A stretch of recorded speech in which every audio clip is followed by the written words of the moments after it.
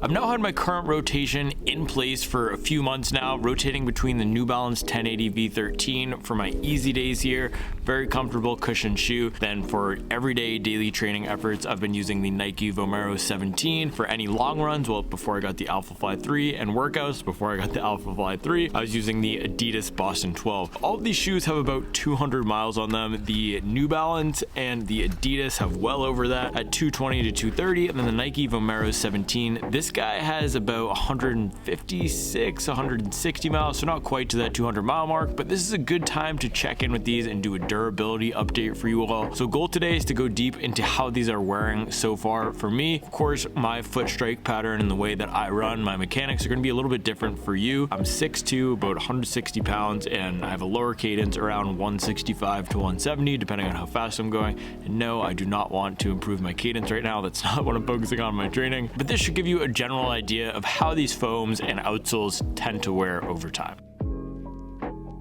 Alright guys, before we get into it today, if you haven't checked out the Running Shoe Matcher tool yet, go to runningshoematcher.com. So this is a really cool tool I built that matches you with the best shoe for you based on your goals and preferences. So you can go in there, answer 5 questions about what type of shoe you're looking for, whether you want a daily trainer, a tempo shoe, or a race day shoe, whether you like your shoes soft or firm, we'll match you with the best shoe for you. So it's live right now and it's free. You can check it out at runningshoematcher.com, and I'll put a list in the description below. Alright, let's get into it.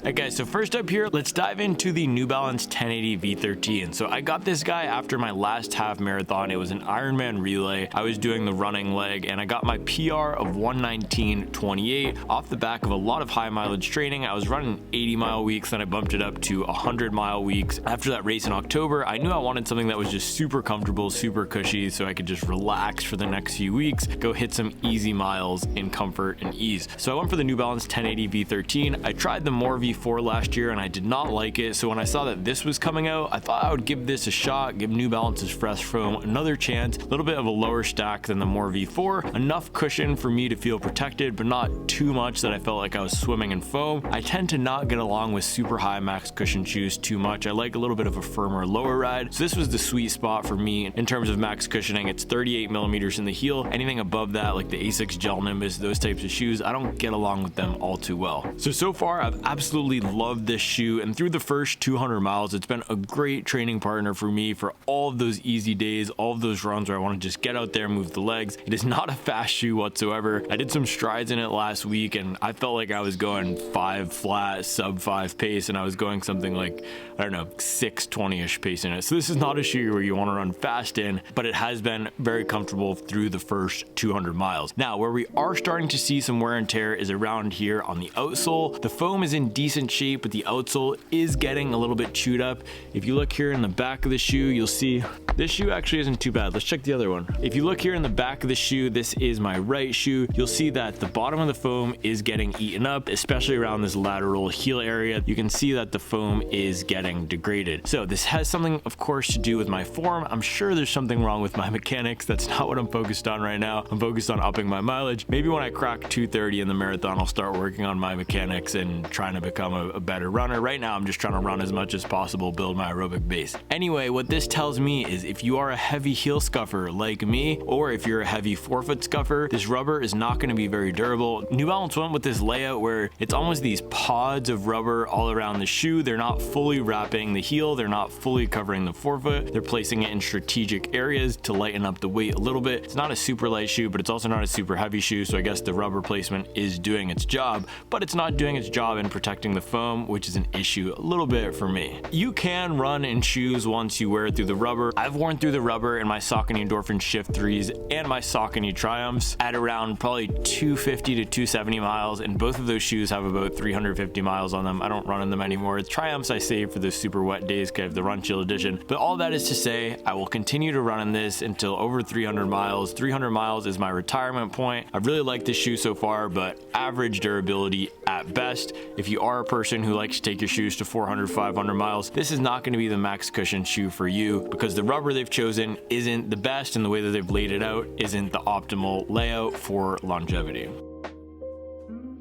Alright guys, next up here, let's dive into the Adidas Boston 12. Now this is a completely different story than the New Balance 1080 V13. This is an extremely durable shoe, and through the first 200 miles, the ride on this has only gotten better. So with shoes like the New Balance 1080 V13, also the Asics Gel Nimbus, any of those softer foams, they tend to lose that super soft cushion, slight bounce feeling after the first 170 to 200 miles for me.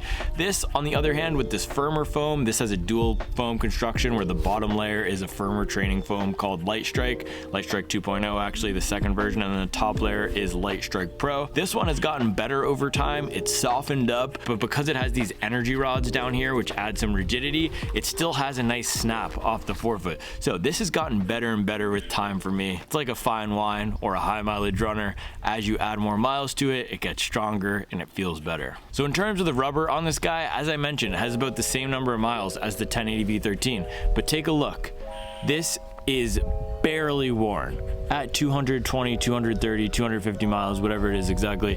It is barely worn. Now you can see it's starting to lose some of the ridges, starting to smooth out a little bit, but it's really durable compound. It's not eating into the foam at all. Of course, you do have a little bit of exposed foam here in the midsole. That's getting some normal wear from the compression, but the rubber is doing a great job of protecting the shoe. Also, the performance of this rubber is insane. This is the Continental tire rubber that's on all of Adidas's fast racing shoes and fast training shoes.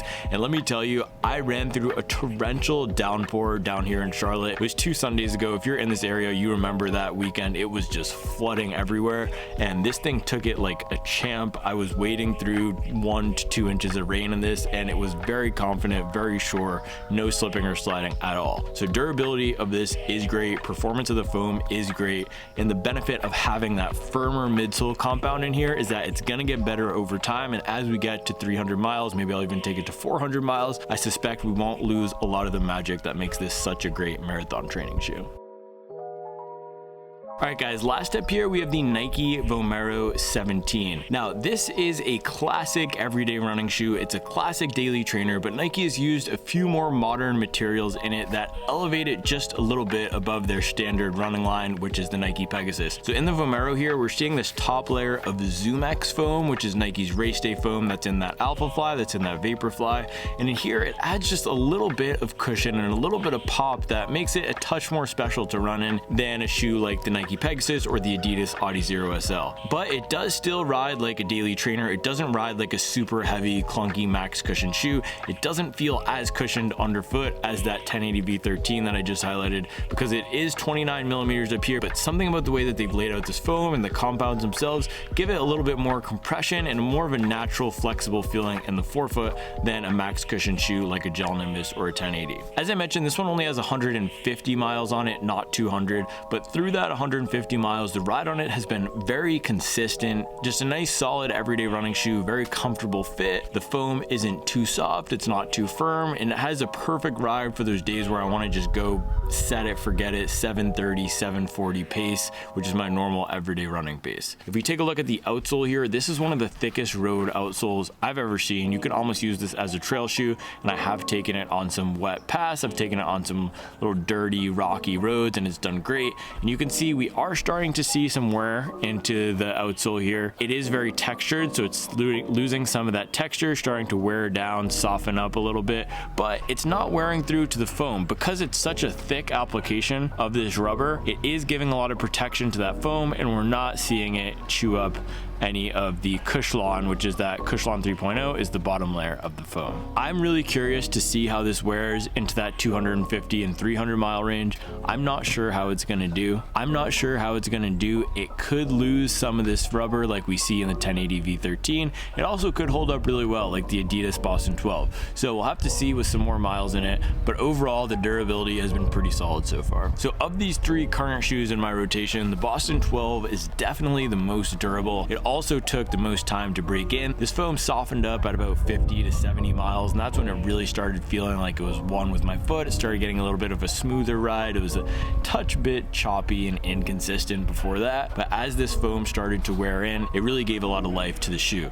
Now, this is also a shoe that's designed to be a do-it-all shoe, so it has enough foam in it to be protective for longer runs. It also has those rods and that fast race day foam to do some speed intervals. So if you can only pick one of the top shoes on the market right now as a marathon training shoe.